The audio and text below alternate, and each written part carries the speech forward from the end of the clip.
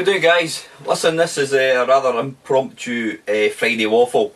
I've just taken my wife and kid up to the shops and dropped them off. I had the chance to go, but I'm like, nah, you're alright, thanks very much. So yeah, I didn't actually realise what day it was. So just when I was checking the computer, I realised it was Friday. So I thought, why not make a quick Friday waffle? This is totally off the cuff. I've made no preparation at all, and with any luck it won't run for too long. So I just hope you all had a really nice Christmas yesterday. We had quite a busy one. My wife did all the cooking. We had my in-laws round, my mother-in-law, father-in-law, sister-in-law and niece. So yeah, it was good. I must admit, my in-laws are great people, really are good people. So yeah, I had a fantastic time, ate way too much. My mother-in-law made a trifle, which I've had, I think I had 3 portions of trifle, so that was utterly fantastic. So I'm planning to go out for a run once I've finished this video and burn off a bit of the trifle. That should keep me fueled for a few miles anyway. So yeah, hope you all had a good time. What did we watch on TV? We didn't watch very much. No, I can't remember what we watched. Did they watch really much at all? I think they were watching the bloody Strictly Come Dancing garbage, which I can't be arsed with. But we played quite a funky game. Well, I say a game, it's an app on the iPad, and it gives you, each person takes it in turn to hold this iPad above their head, and it'll come up with a name and an animal, and it's up to other people to describe the animal. And if you get it right, you tilt it forward, and it goes ding, and you get a 1 point, and if you get it wrong, you tilt it back the way and it kind of says it's incorrect. But that's not like charades, you're just basically describing what that person is, so that was quite good fun. Christmas wise, present wise, I suppose I made a conscious decision, my wife and I decided, just until the job thing sorts itself out, we weren't going to really bother with each other. I mean, normally what we do is I know it's really boring, but normally what we'll do is I'll tell her what I would like and she buys it, and vice versa, which isn't really Christmassy at all. But this year we thought, look, let's just leave the presents to my daughter and obviously the family. So we didn't bother getting, but in fact, I tell a lie, we decided we weren't going to bother buying anything Christmas for each other. But I was up in Asda and my wife had gone on about wanting a new, what do you call it, electric toothbrush. So I saw this, I think it's a Philips or something. It was like 50 quid reduced to 30 quid, so I got her that and some chocolates. So yeah, so of course she's then like, oh, that means I need to give you something. So she's going to get me an Amazon voucher. So yeah, Christmas present wise, we all decided as a family a long time ago that we'd cut right back, because I mean, people just go stupid with spending money on each other. So I got the usual. I got a dressing gown which I wanted, which I've not had for a while. I got socks, a nice couple of pairs of socks. I got some smelly stuff. What else did I get? I can't remember, but not a great deal of stuff, because we deliberately didn't want to do that. The only one gaming related thing which I got, which I did ask my sister-in-law for, and it's this. You've probably seen it. It's Ocean: The History Of. Now this was co-written by Chris Wilkins. Now he was the guy I bought his first MAME cab, that wee cocktail MAME cab that I used to have. It was Chris that made that and I bought that off him, but this looks pretty good. I don't know if you've seen it. It's really high quality. It's basically saying here the store, well, that's a review. For much of the 1980s, the UK led the worldwide revolution in home computing. At the heart of the fledgling industry, which grew to be $1 billion a year business, Ocean led the way as a creative developer and publisher. Its history of innovation, expansion and triumphs established the company as a global brand. This is Ocean's extraordinary story, told first hand by those who were there, from the suits upstairs to the inmates of the dungeon. So yeah, looking forward to reading that. I know Chris is also bringing out, he's just released is it the Story of the Spectrum in Pixels or something it's called. I wasn't really a Spectrum person, so I don't know if I'll bother getting that, but he's bringing out one all about the history of US gold. I think that's going to be next year before it comes out. But yeah, that's it. I didn't get a hell of a lot this year, guys, which I'm not too bothered about, because like most of you guys, when you want something, you go out and buy it. You really do. There's only one thing, and I blame Steve Benme for this. There's one thing that I really want to get, but again, until I've got a job, I'll not be buying anything. It's Steve did a review of the GXD 7800B, I think it's called, Android gaming tablet thing. It's basically an Android tablet, but it's got built-in controls. It's got two joysticks, analog joysticks. It's got a gamepad. It's got buttons. It's got a huge big screen. I think it's a 7-inch screen. And Steve did a review of it, and it's primarily you're going to use it for playing emulators. Now, I know I've got the wee Pandora thing, which I've showed you before. I have decided just to hang on to Pandora at the moment, but I still want one of these Android things. I think what I'll maybe do is, when I eventually get one of these things, if I feel that it's better than the Pandora, then I'll sell the Pandora, although Christ knows how I'm going to manage that, since eBay won't allow it on for sale, because it runs ROMs, which is double standards. But anyway, I'm not going to that. I've already touched on that last week, I think.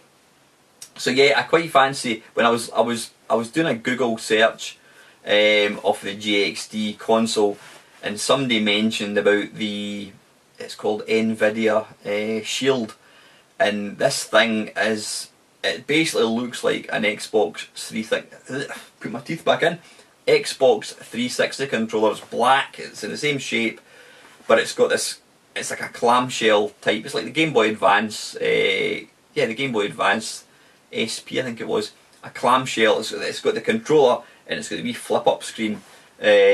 Somebody mentioned that was actually a better machine. Well, it is better, but it's about 60 quid more expensive.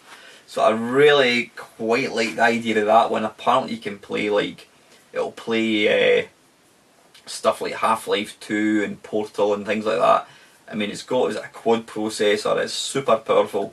I think it's about 180 quid, so it's not something I'll be getting until A, I've got a job, or B, I sell some stuff to buy it. So yeah, that's the only thing I quite fancy getting myself, sort of gaming related. I'm going to pause this, guys. Yes, anyway, gaming wise, what was I doing? I was playing a bit more Grand Theft Auto 5. I honestly, I find that game just mind blowing. What you can do in it is just incredible. I mean, I would love to know how many hours of playtesting they put into something like that. I mean, I was playing it the other day there, and what did I do? I stole a motorbike. I stole a motorbike, and I just drove up. I was driving around, and I thought, there's a big mountain, let's drive up that. So I drove to the mountain, I drove up the mountain, drove over the other side down to a beach, and I was just wandering about in the beach, and the water was coming in, and eventually the bike ended up getting engulfed in water, and then the sun started to set, and it really is, it's the most realistic game you could ever imagine. I mean, to call it a game seems like doing it an injustice. Miner's a game. This is, to me, it's like a real world simulator. Now, I think I mentioned a few weeks back, I had a shot of the Oculus Rift. Now, wow, if they could bring out something like Grand Theft Auto 5 for the Oculus Rift, then, my God, you seriously, it would be like being in a real world. It's so realistic. I just couldn't imagine how good Grand Theft Auto 5 would be on an Oculus Rift. You literally wouldn't want to leave the house, because instead of, we're getting to like the realms of you can live a life, or you can't live a life in virtual reality because you need to get a job and you need to have money to buy food and that kind of stuff. But it's the kind of game, if you had that technology, you thought, right, I fancy going to the beach. So you put the headset on and you go to the beach and you'd be there. You'd be swimming, you'd be in the water, or you wouldn't get the heat for the sun or anything like that, but it would just be absolutely incredible. Yeah, that would be amazing. So yeah, gaming wise, that's what I've been playing. I've been playing a bit of Grand Theft Auto 5. I keep meaning to go back to, what's the game? Wolfenstein, what's it called again? The New Order. I'm probably about, I don't know, I must be easily over halfway. I bought it in the Xbox 360, and I played it and played it and played it, and then I moved on to something else, and I really need to get back to complete that. My daughter got Little Big Planet 3, which looks really good. You've got additional characters. Instead of just the Sackboy, you've got Swoop, which is a bird. You've got, I can't remember, there's another two that you've got, I can't remember what the hell it's called. I don't know, there's like 3 or 4 characters you can control. So she was playing that yesterday. She seems to enjoy it. I mean, she must have put in hundreds and hundreds of hours into the first 2 Little Big Planets. It's a game that I remember seeing at the time when it was coming out. Excuse me. Oh, when I talk all the time, I always get wind, always want to burp. Yeah, it was a game that I remember reading reviews about and previews, thinking that looks an amazing game, I'm going to get it. And when I did buy it, my daughter got into it, and it's the same as like Minecraft. It's a game that I bought it for myself, but my daughter started playing it, and then both these games became her games. And since then, I have never ever played them. I mean, I've probably played Little Big Planet for no more than 5 minutes. It's the same with Minecraft. But I now look upon these 2 games as just being games that she plays. But she loves them, absolutely loves them to bits. If you've got any young kids and you're looking for games for them to play, Little Big Planet or Minecraft, you can't go wrong with either. Both allow you to kind of build. They do kind of use your creative aspect of things. So yeah, that's definitely recommend these. So she got that Little Big Planet 3 and she loves it. And other gaming related issues, I saw that when I was on yesterday playing Little Big Planet or installing it for her, I thought I'll have a look at the PlayStation store and see if there's any bargains going, and I noticed that was down, and apparently the Xbox Live store was down as well. Apparently some plonkers decided to hack it. Seriously guys, you know, not that I believe for one second that any of these guys are going to be watching this video, but have you not, we all tip our hat to your creative talent. You're obviously very, very clever guys, being able to go in and do all this stuff that you do, but seriously, what you're doing is you're ruining other people's enjoyment. People have bought consoles to play video games, so go and take your fucking computer skills, stick them up your arse, or go and do something useful with them. Don't bother coming on here and taking down systems that allow people to enjoy what they've bought. I mean, seriously guys, get a life, take a look at yourself in the mirror and go and get to. Anyway, that's rant over. I mean, these guys are just a bunch of dicks who've obviously got nothing better to do with their time than think that they're being big shots. I mean, one of my mates on Facebook made a comment today, and I absolutely go along with it. He said, it's what would happen if electricians decided to do the same thing. It would be like electricians hacking into the national grid and taking down electricity. So we're all sitting in the dark and cold because there's no central heating, no electricity. What's the point of that? Seriously.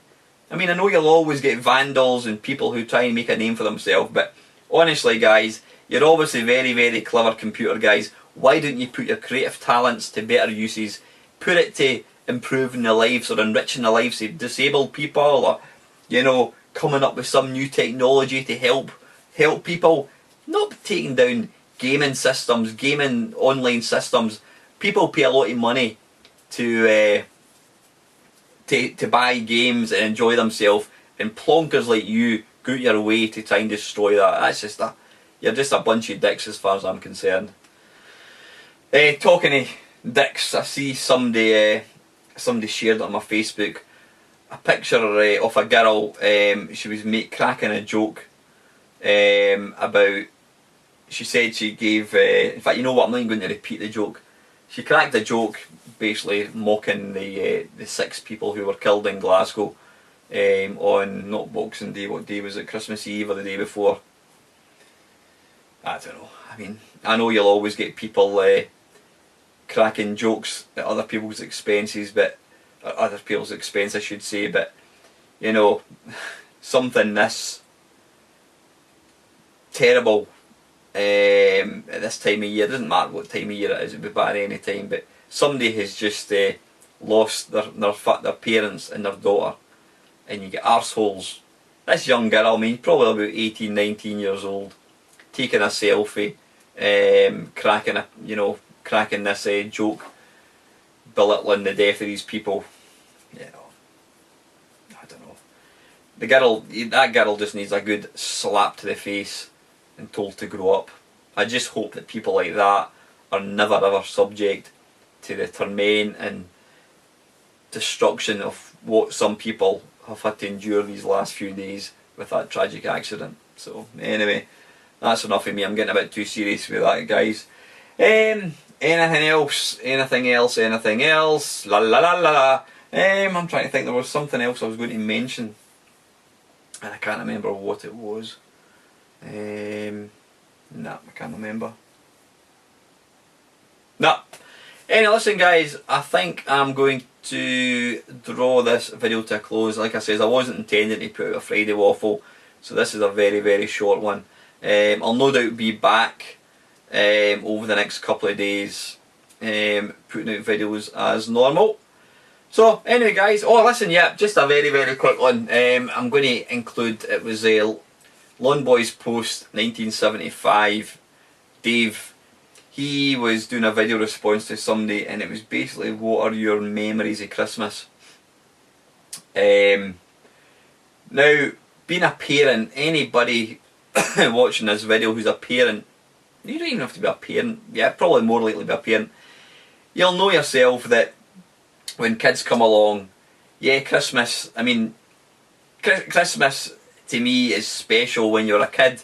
You know, the magical believing in Santa Claus, that was a magical thing.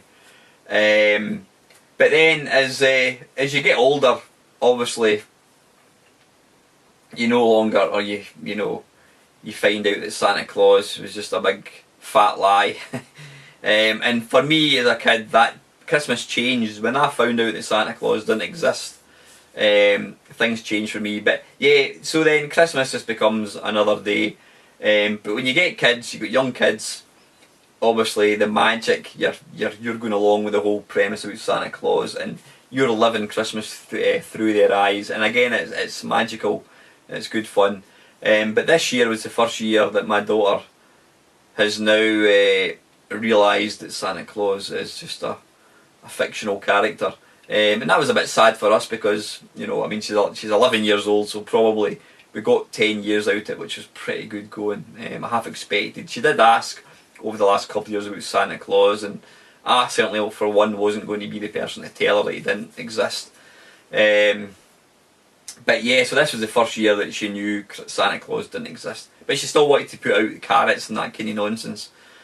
But anyway, yeah, so yeah, I mean, I suppose the magical Christmases for me were when I was a young kid. I believed in Santa Claus. My 2 sisters were a family. My 2 sisters were there. My parents were still alive. It was a special time. Now, funnily enough, a guy, one of my pals on Facebook, was posting pictures of sort of Christmases from the 1970s, and I've got a lot of photos. My mum and dad, especially my dad, he used to take a shitload of photos. I mean, we've got hundreds and hundreds and hundreds of pictures from our childhood.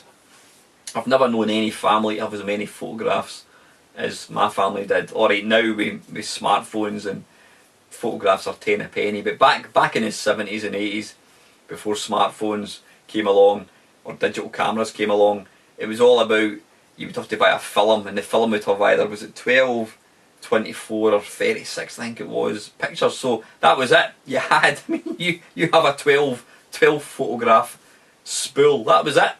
you took 12 photographs. So you didn't take selfies. Selfies didn't exist. You had to be very select about what pictures you took. But yeah, anyway, I'm waffling a bit. So we had a lot of photographs, and I was looking back at photographs of when I was a kid, and what was quite surprising is how little we really got given for Christmas. You know, I mean, I would get one big present. I mean, the biggest present I ever got was a bike. Now, my favouriteest present of all time, Christmas present, was my Rally Grifter. Google it, Rally Grifter, Grifter. It was basically, it was like the forerunner to a BMX bike. This thing, it looked like a kind of BMX bike. I said this was before BMXs came along. BMXs came out in the sort of late 80s, early 90s. This would be probably something like 1978 or something like that. Rally Grifter. It looked a bit like a BMX bike. It had this big sort of foam kind of bar across the handlebars. It had the comfiest bike seat ever. Seriously, this thing was like a big pillow. It was like foam. It was like I don't know how you describe it, but it was the most comfiest bike seat ever. That's the thing I've always wondered about bikes. Why do they make bike seats so uncomfortable? I mean, the whole point of a bike seat is to sit in it, so why not make it comfortable? Is it to make it aerodynamic or something? I don't know. But yeah, this Rally Grifter, it was metallic red. It had Sturmey Archer gears, which was like a throttle, like a motorbike. You twisted it. It had 3 gears, first, second and third. I says it was metallic red. It was just the most gorgeous looking thing I'd ever seen. Absolutely awesome. And I can always remember taking it out on Christmas Day. I had my Rally Grifter, and my pal, he got, what did he get? Was it the Rally Commando it was called? Which was a nice bike as well, but it didn't hold a candle to this Rally Grifter. I remember him seeing my Rally Grifter, and he always wanted to ride my bike rather than his own one, because it was just an awesome bike. It really was. It weighed a bloody ton as well. I mean, this Rally Grifter, I don't know how heavy it was, but I can just remember it weighed a ton, and it had these big, massive, thick tyres with like super grip. So again, it was literally like, it was almost like the child of if a BMX and a mountain bike got together, the Rally Grifter would have been what its offspring would look like. It was just an utterly fantastic bike. It really was. That was my favourite present, bar none. Other memorable presents I got at Christmas was Evel Knievel. It was Evel Knievel. It was a motorbike, and you put it in this red sort of what would you call it? I don't know. It was a red thing. You put it in, and you turn this handle, and it would you would rev it up, and then you'd press the button, and this thing would just shoot off. And you got it came with a wee kind of flimsy Evel Knievel doll, which inevitably lost its hat and boots within minutes. So I think we eventually ditched the wee toy itself, and we just used the motorbike. We used to set up like jumps and that kind of stuff for it. It was utterly brilliant. I remember one memorable for all the wrong reasons Christmas.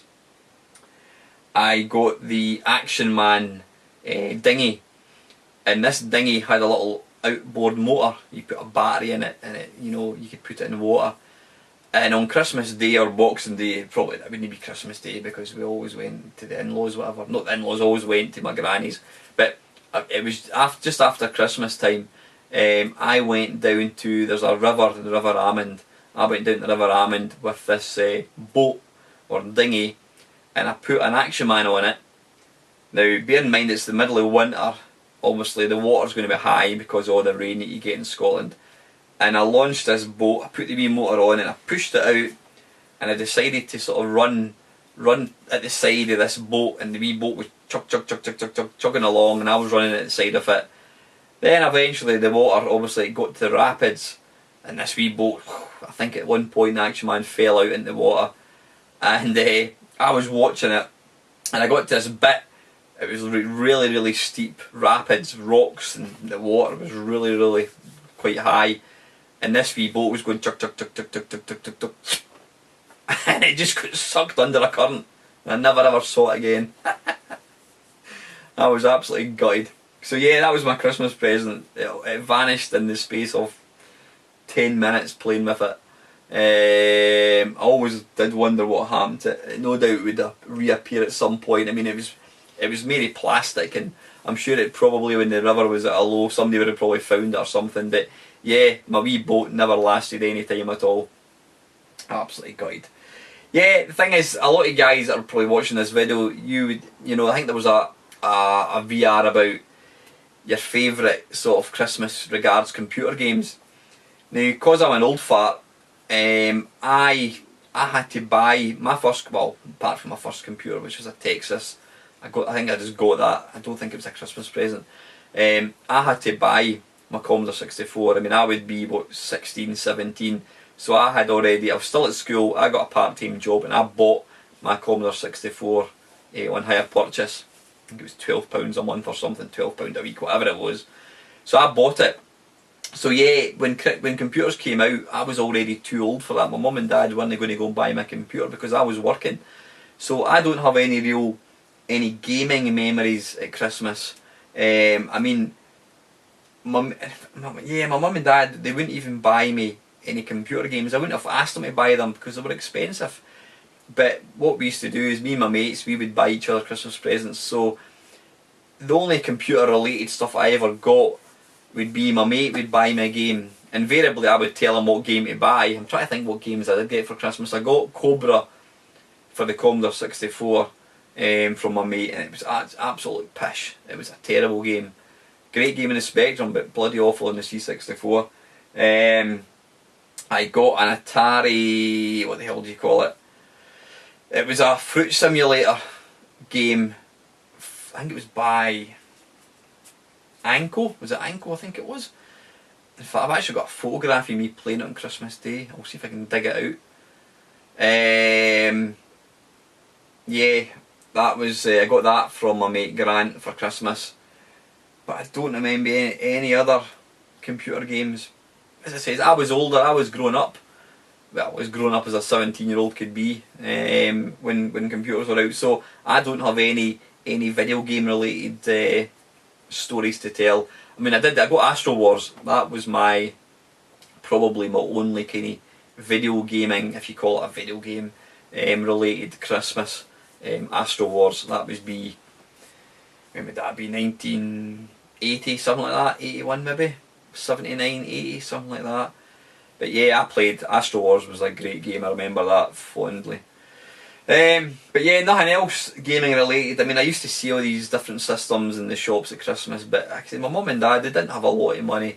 I always wanted an Atari 2600. That was always, I mean, when that came out, I used to fantasise about it. You know, I really would. I just think that's what I wanted. I would always want one, but there was my mum and dad used to tell me that, look, we can't afford it, you know. So I never built my hopes up because I knew I was never going to get one.